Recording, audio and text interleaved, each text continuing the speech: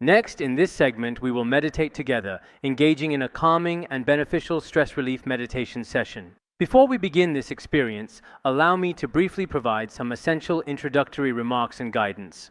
Let me take a moment to explain a bit about the profound practice of meditation to everyone present here. I believe that among all of us gathered here, some people have been meditating for a long time with great diligence. Just like some professors mentioned today, they have been practicing continuously with unwavering dedication through challenges and obstacles for many years without interruption. Some of you may have just started and might feel unfamiliar. No matter what, meditation is indeed extremely important for developing clarity and inner peace regardless of your background or spiritual tradition. When our minds reach a truly serene and balanced state of calm, everything we undertake becomes remarkably and effortlessly much easier to manage and accomplish.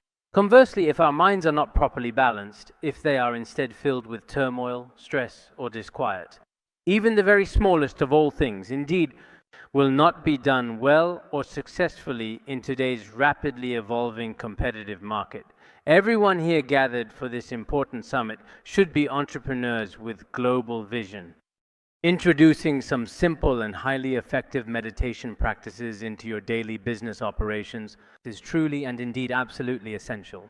Managing one's mindset, the internal thoughts and beliefs, is the highest and most profound form of management.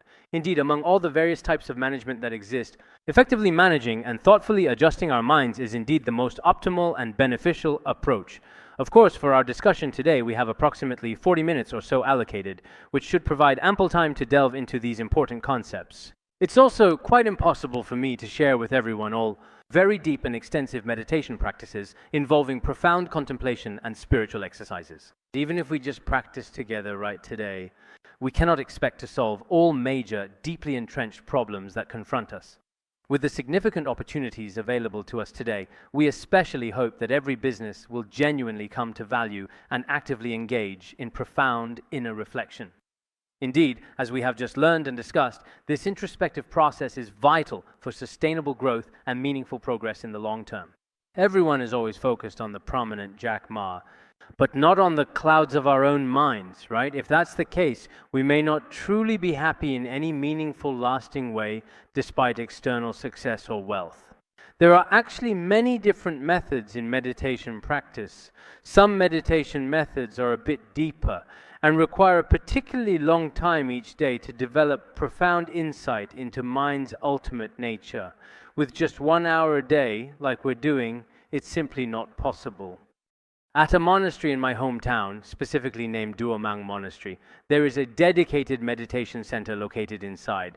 This meditation center conscientiously holds spiritual retreats every year. Among the diverse participants, there are both devout lay people and experienced monastics. How do they practice? Allow me to briefly introduce their practice methods. Every year, there are approximately 20 individuals, which is certainly not a large number.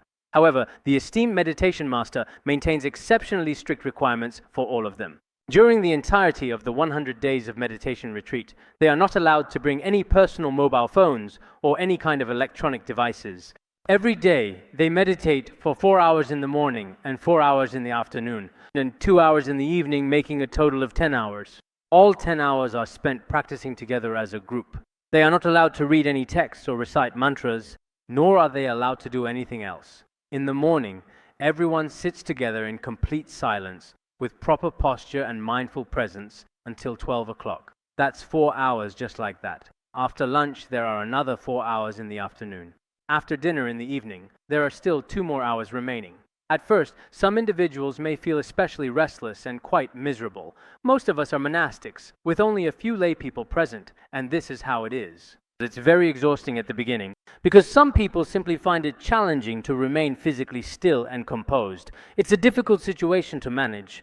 But after a full week had passed, there was absolutely no problem at all to be found. I am acquainted with a Kenpo whose name is Thupten Nyima. He is indeed a very respected and revered person within the sacred confines of our monastery. After he undertook and successfully completed this profound meditation retreat, I asked him, "You're someone who especially loves to travel around. Because this Kenpo often goes out to teach the Dharma, always traveling everywhere." I said, "For someone like you who loves to be on the move, can you really stay put there?" He said, "At first it was indeed a bit difficult. My legs hurt, my back hurt, it was really uncomfortable.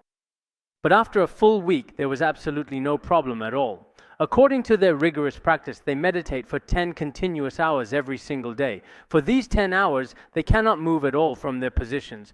I think many of our dedicated entrepreneurs probably couldn't manage to consistently do that. After sitting for a while, their legs would hurt, or they would inevitably experience all kinds of profound worries and considerable suffering. In fact, our current meditation practice is just a mere formality. If we compare what we are doing here today to real meditation, then it is quite different. What we do here can't really be called true meditation. It's just decompressing, sitting for a while. Our kind of meditation is simply just sitting quietly for a few minutes or even a few dozen minutes. It actually can't truly solve any major complex problems. But if you do it consistently long term, for example, every single morning, it can be quite beneficial. I truly think it would be quite difficult for you to meditate for at least 10 minutes or even half or an entire hour, especially since you are all exceptionally busy individuals. Plus, when you meditate, you start thinking about your phone, whether there are any WeChat messages or something else. As soon as you start thinking, all sorts of distracting thoughts come up. When your mind truly quiets down, all kinds of interesting things come to mind. There was once a person who, during meditation, kept thinking about this and that despite his sincere efforts to maintain meditative focus. Later, he remembered something from many years ago, that he had lent money to someone and never got it back. This memory suddenly resurfaced. During his extended meditation, because his discriminating thoughts had reached their deepest level, he remembered the money he had lent out and never got back. And it just came to my mind.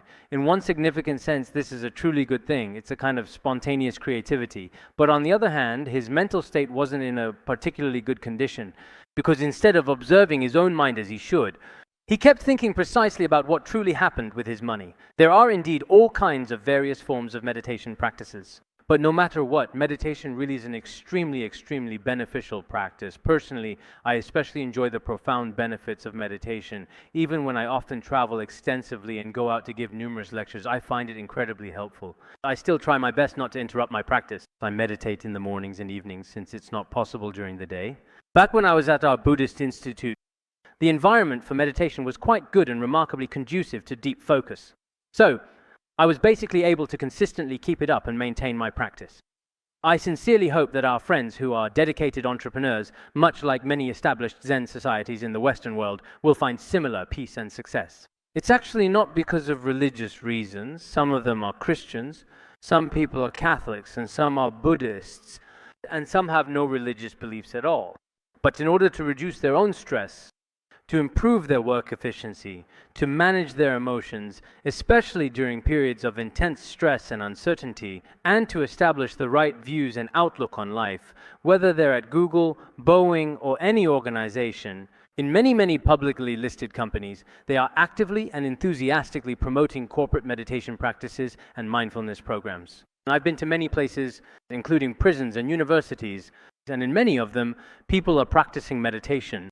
The overall results and beneficial outcomes of meditation practices are indeed very positive and impactful.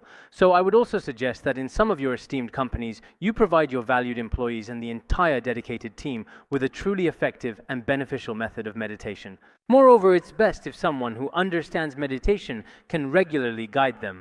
That might truly be the very best approach to take. So today, the meditation practice that I want to share with all of you is something quite profound and beneficial. It may involve several aspects, because we're just doing a symbolic, representative meditation together right now. Actually, in this kind of setting, the time is very short, and the theoretical background is lacking. Some people have never practiced before, while others have practiced for many years. So the levels are completely different. In this situation, there may be some difficulties. On top of that, our seating arrangement also imposes certain limitations, but that's okay. When you meditate, I'll start with the first part, which is called observational meditation, a technique practiced by contemplatives across many wisdom traditions. Whether it's observational meditation or resting meditation, no matter what method you practice, you actually need to observe your own mind. This is the only essential instruction in Zen Buddhism. And of course, sometimes in Zen, you observe the wood in front of you, a marker, a Buddha statue, or all sorts of things. but we won't talk about those for now. First, let us carefully observe our very own mind. This profound mind has never truly been observed before. Every single day, our thoughts are always primarily focused on external, material things. But what is our true inner mind really like, deep down inside? We may have never actually observed it. If we truly and deeply look inward and reflect on our own profound mind, those with strong, genuine, and virtuous roots might even achieve ultimate realization or enlightenment. If you come to be enlightened, then numerous of the worldly successes and material failures in business, perceived as significant, become transient. It will seem like trivial matters to you. At that point, they really become like floating clouds, light and insubstantial. All of these things, whether good or bad, should be quite easy for you to handle. I truly think that the most important thing in one's life is, no matter what your current situation is, having profound insight is absolutely crucial. This is true for practitioners as well. And it's the same for worldly matters. If you truly possess insight, it is acceptable whether you have a substantial amount of money or not, in the grand scheme of things. If you have a lot of money, that's great, because we can provide significant help to our employees and others. That's a very good thing nowadays. If you don't have much money, then even if you experience a significant decline, a profound failure, or things get truly bad, your state of mind remains completely unmoved, as steady and unyielding as a mighty mountain king, completely and utterly calm and composed. So in this ever-changing era, filled with constant distractions and technological overwhelm, we really need to cultivate a good state of meditative concentration. This kind of meditative state, which brings inner peace and clarity of perception, can actually be attained through our own practice with proper guidance. First, you should deeply reflect more on your own inner self, truly contemplating what is the fundamental and true nature of our consciousness and mind. Does this intricate and complex mind possess any discernible color, or does it have a specific, definable shape or form? Does it have an origin? Does it have a destination? Does it really have a true inherent essence? Use your own mind to truly observe your own mind. When you experience joy, such as anger or resentment, whether they are negative emotions or positive ones, it is important to acknowledge them. When all kinds of emotions arise, what is the true nature of these emotions in your mind? This is extremely important in Buddhism, and it is also very important in general meditation practice. So, my very first and most important request for absolutely everyone is this. Each of you should observe your own mind and truly ask yourself, what is your mind? In Zen Buddhism, it is called investigating the koan. In esoteric practices of Tibetan Buddhism, this is called directly pointing to the nature of the mind. Because when you use your own mind to observe your own mind, some people, those who are more sharp-witted or have higher realization, when they observe their own mind in that very moment, they realize, oh, so this is what my mind is really like. There is nothing apart from this. At this moment, it seems as if, in the world, we are especially confused, in significant pain, deeply heartbroken, and so on and so forth. You see, just now some people were extremely distressed and quite troubled, but if you truly and deeply recognize the fundamental nature of your own mind, then you will find peace. Even though you may outwardly appear to be experiencing suffering on the surface, in actual reality, it might not genuinely be a true form of suffering at all. Therefore, my very first request to everyone present is that each individual can take the time to carefully observe your own mind and inner state. And, of course, when meditating, our ideal sitting posture is supposed to be maintained in this specific manner. However, perhaps due to the current seating arrangement, it is perfectly acceptable. Everyone's hands in their current position are fine. You can do meditation in the lotus position like this as well.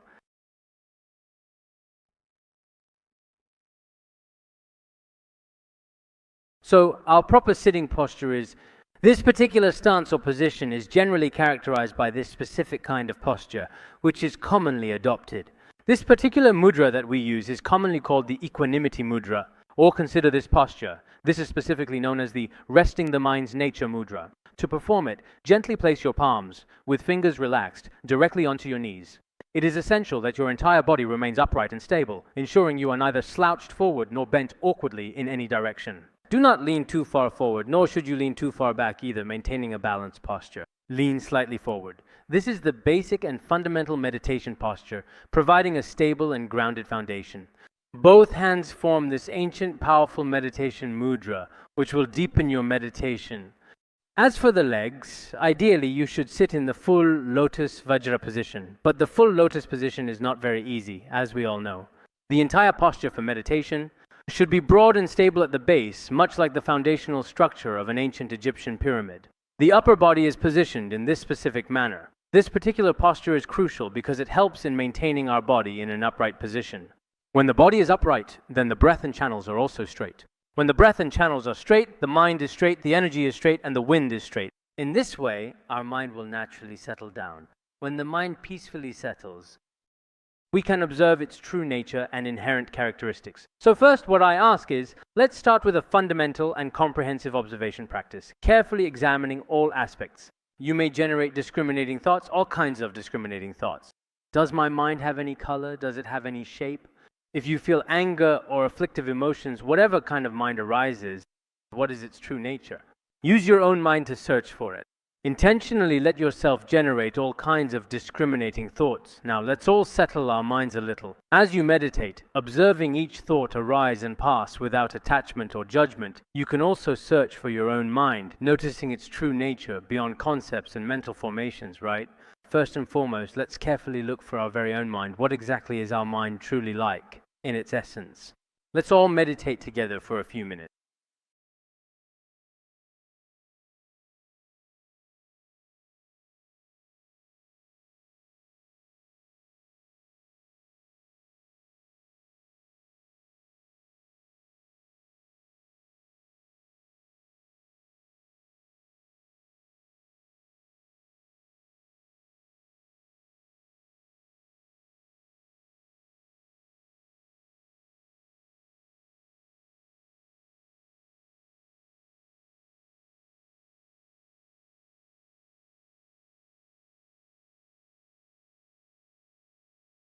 Because of time constraints, we'll break this important meditation journey into a few steps. First, we've finished the observation practice. Next, there is a specific type of meditation called breath observation. So the fundamental method of practicing with the breath, this technique involves focusing on the natural rhythm and sensation of your breathing. It is actually very much quite similar to all of the previous methods indeed.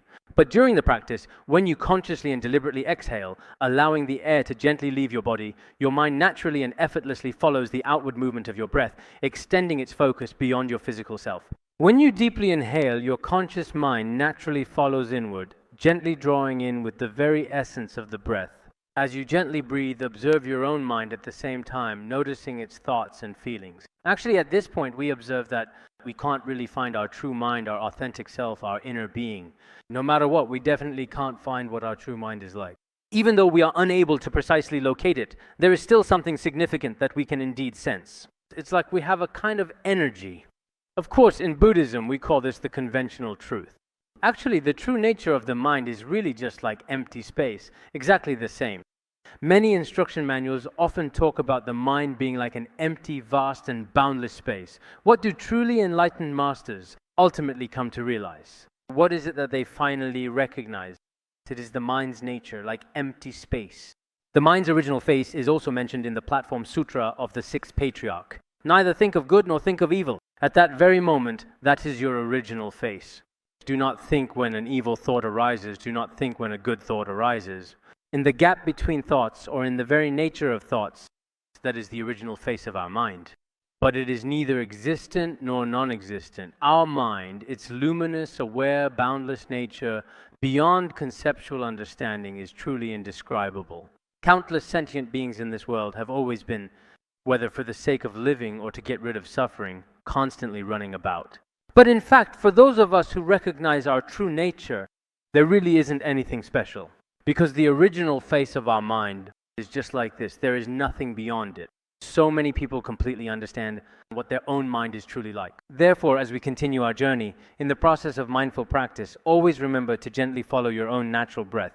When you gently breathe out, your conscious mind goes out with it. Then, when you deeply breathe in, your conscious mind gracefully comes back with it, returning to your inner self. So at this moment, is there a mind or not? If there is, just let it come and go. Just let your mind follow it continuously. Perhaps at this point, some people will be able to understand what the true and inherent nature of their mind truly is. Now, let's do this together.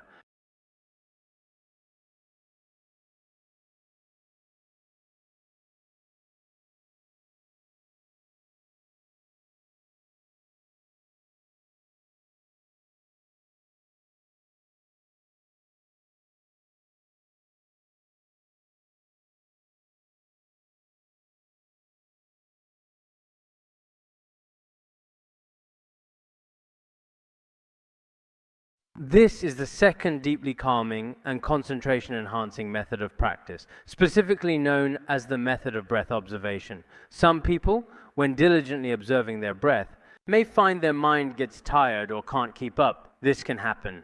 But it's best to keep practicing nonetheless.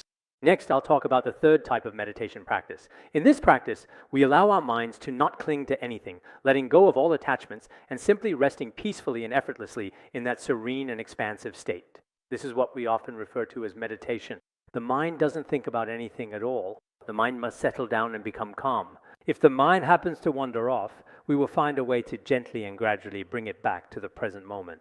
It's like when some children are disobedient, and when they run off, their parents call them back. It's truly about allowing the mind to become completely calm and deeply focused on its own inherent awareness and inner tranquility. I'll just briefly talk about this particular aspect for now. Many of us, especially when we first begin, often experience very strong and frequently arising thoughts. It is absolutely essential to meditate regularly and consistently. People without a foundation in meditation often feel, why do I have so many distracting thoughts? Actually, everyone experiences this. In Buddhist scriptures, the mind is compared to a wild monkey, lightning, a river, and so on. There are indeed many such metaphors. Our minds, by their very nature, do not stay still even for a single moment. They are in a very restless and constantly changeable state indeed. But we can calm the mind through methods of adjustment. There is absolutely no problem with this. In Buddhism, there are several metaphors for the stages of the mind. Let me talk about them here. When we first truly start practicing insight meditation, it's very much like a powerful waterfall. The water of a waterfall is extremely rapid and forceful. Our discursive thoughts are the same way. One moment we're thinking about this, the next moment about that. Perhaps just in the past few minutes. Maybe some of you weren't practicing well and your minds were wandering. I saw some people's heads moving constantly, unable to sit still for minutes. As I mentioned in our meditation sessions, you're not allowed to move for 10 hours. If you move even a little, the meditation master will hit you hard. In winter, they might pour water on you or hit you with a meditation stick. In many Zen Buddhist monasteries in China, there's both walking meditation and sitting meditation. During sitting meditation, they also use the meditation stick to hit you. At the beginning, it's just like taming a wild horse that resists control and jumps unpredictably with fierce energy. You see, a wild horse is so unruly and completely resistant to discipline at first, and then the trainer beats it and does all sorts of rather harsh things to it. Gradually, it becomes gentle and obedient.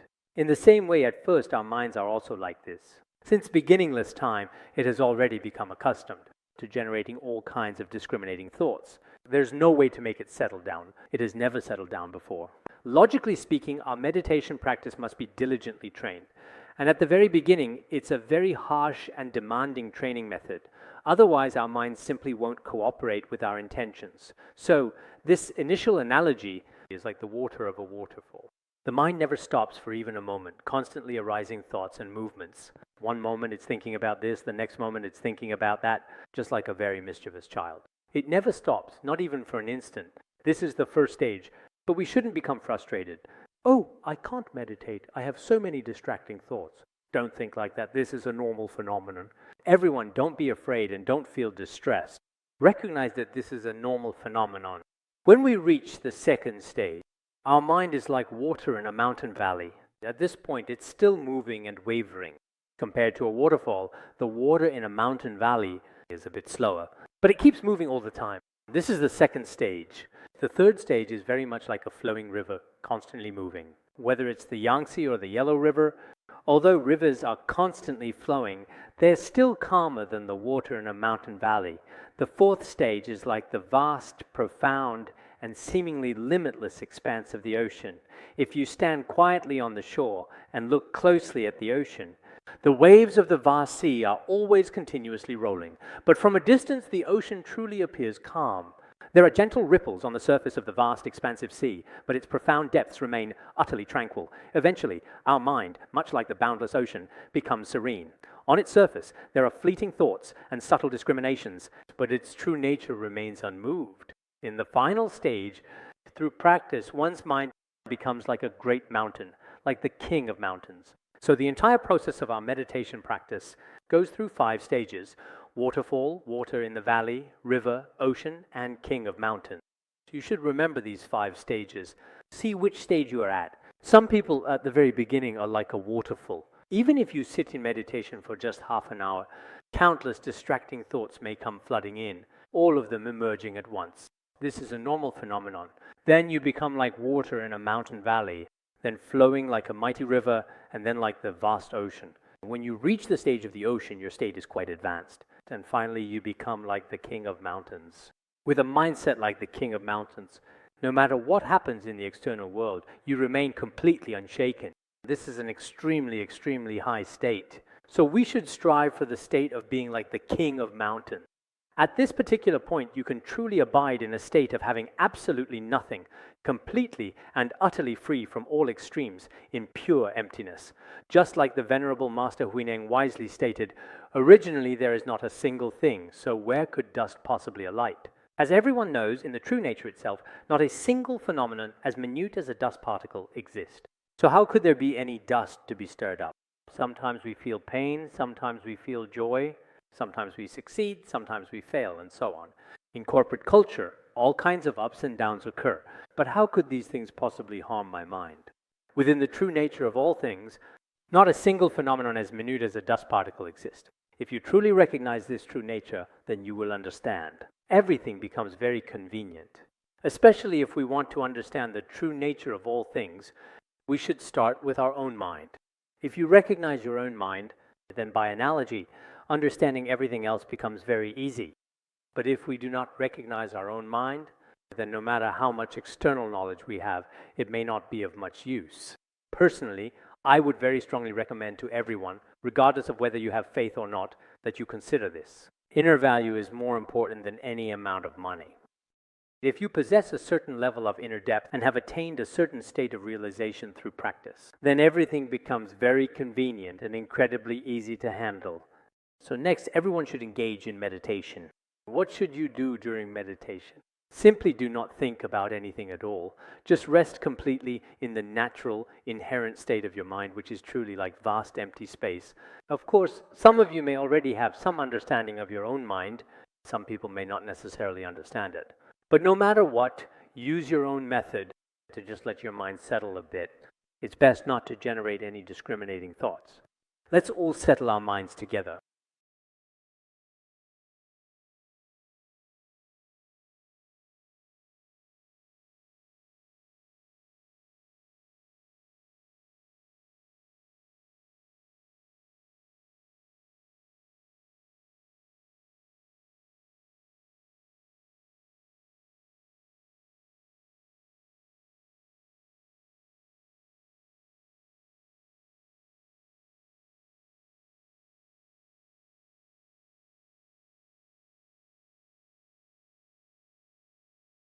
All right, this is indeed the third significant step in our process, and then we will proceed to the final and conclusive step.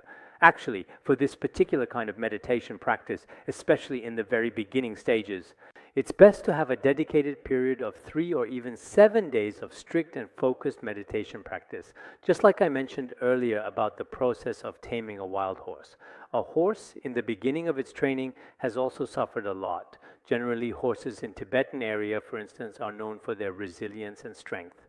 When people first try to ride them, they must be properly and thoroughly tamed. Otherwise, it's very difficult to effectively control a truly wild horse. Our minds are exactly like these untamed wild horses. At the very beginning, you need to manage it very strictly and with great discipline, spending several hours, even more than 10 hours a day. If you do this, then later your own practice will gradually become much easier. Just like we saw earlier, when those people were dancing on stage, their bodies were also trained through practice. After everyone trains for a period of time, anyone can jump truly very, very high indeed, and their bodies become very flexible. At first, their bodies weren't like this either. Our minds are the same way. Before we start practicing, we just simply follow our usual thoughts and creative ideas and concepts, and our minds keep spinning like this every day. But if we start with a very strict discipline, for example, putting aside all of our work, putting away our phones completely and entirely, and cutting off all of these activities and behaviors than strictly practicing for a period of 7 days or 3 days. If you practice like this, then later you can adjust your practice according to different schedules, and it may become easier for our minds to become more flexible. This is very important at the beginning. When necessary, our company also does this. Nowadays, some people go to Malaysia, Singapore, or Thailand, where there are more traditional methods of meditation practice. This approach is very good. Of course, today, through this kind of practice, everyone may also be able to deeply feel something significant. Next, let us now silently recite a sacred mantra. You don't need to say it out loud. The mantra we will recite is Om Mani Padme Hum. This is the 6-syllable mantra. People with religious faith can use it, and those without any faith can also truly use it. You all know that there are 3 of the greatest sources of energy in the world today. One is medicine, whether it's traditional Chinese medicine or modern Western medicine. Medicine has incredible abilities, power, and a kind of energy. That's the medicine. Then there are also the powerful and sacred mantras, whether it's for developing wisdom or generating compassion. These kinds of mantras. For example, in China, there are the Great Compassion Mantra and the Shurangama Mantra. There are many spells. Indeed, these sacred mantras are truly for the soul. They possess a great effect and profound energy. There is also an incredible, almost mystical power within them. It is the power of transformation, like our current network. It's called the ability of illusion in Buddhist scriptures. There are 3 incredible things in the world. One is the power of medicine. One is the power of mantra. One is the power of transformation. Then we will. Everyone, please recite silently without making any sound. Om Mani Padme Hum. Some people may know how to chant this mantra, while others may not be very familiar with it. In the future, when you are meditating, if you really can't settle your mind, if you silently recite the mantra hundreds of times, it is very beneficial for regulating your body and mind. I personally do this often. Sometimes it really is a bit difficult to calm the mind. I might still be thinking about this matter or thinking about that matter. I silently recite the mantra. It's also fine to chant it out loud, but since there are lots of people here today, it's better to chant silently. Next, let us silently and deeply recite this sacred mantra hundreds of times. This powerful mantra is called Om Mani Padme Hum. Let us now begin to recite this profound mantra silently. Meditation begins.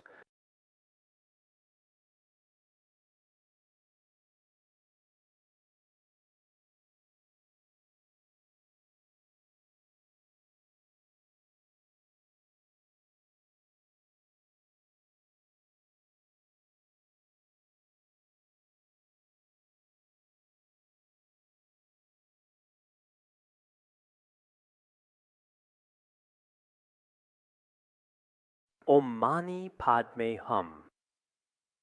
All right, due to the significant time constraints we are facing today, I also want to express my sincere and heartfelt thanks to our dedicated organizers, who have truly done an excellent, indeed a truly outstanding and remarkable job. I firmly believe that as human beings, we profoundly need not only essential material nourishment for our physical well-being, but also deep spiritual nourishment to enrich our inner lives.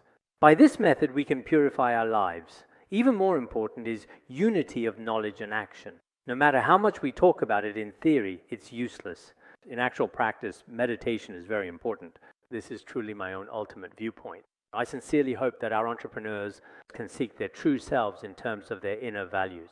At that very point, you will be stronger than anything else. Even if you possess all the wealth in the entire world, it doesn't necessarily and truly mean you'll truly have that much happiness. But when you indeed understand your own heart, you truly are the very happiest person in your life, in existence, and in every single moment. I hope that everyone participating here today, all of the entrepreneurs who are currently present, each of you can become the happiest and most blessed people in the world through consistent practice of these profound meditation techniques.